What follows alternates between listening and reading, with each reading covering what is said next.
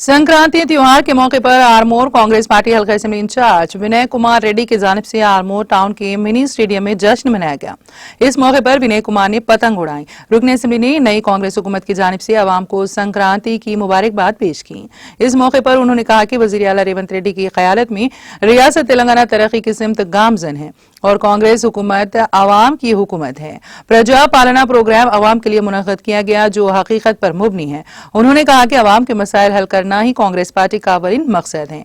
इस मौके पर टाउन सदर साई बाबा, सीनियर कायदीन मोहम्मद महमूद अली, जीवन, आसिफ, शंकर, नरेंद्र, साजिद के अलावा आवाम की कसीर तादाद मौजूद थी।